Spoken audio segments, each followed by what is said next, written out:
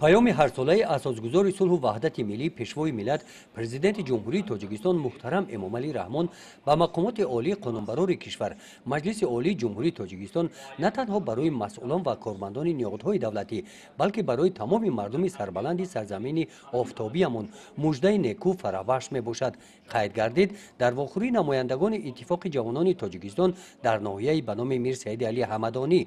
دولت جان غفورزاده رهبر دستگاه کمیته اتفاق جوانان تاجیکستان اوید پیام پرزیدنت جمهوری تاجیکستان که روز 21 دکبر ارائه گردید در مرکز ناحیه به نام میر سید علی حمدانی در ملاقات با ساکنان قید نمودند که هر فرد صاحب وطن و صاحب اندیشه با امید پیام رهبر دولت را تماشا کرده تحلیل و روند اجرای وظیفه‌های قبلا تحریری شده و برنامه راهنما برای سال آینده و سالهای بعدی را شنیدند.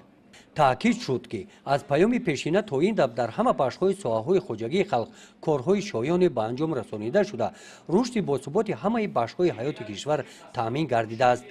در ملاقات نمایندگان مقامات اجرایی حاکمیت دولتی ناحیه کمیته اجرایی حزب خلقی دموکراتیک تاجیکستان در ناحیه برآمد نموده قید نمودند که با دستگیری و غمخوری‌های پیوسته حکومت و سرور خیرتمند دولت امروز مردم در فضای آسوده و عافیت اجتماعی زندگی کرده آرمان‌های خویش را عملی می‌گردانند.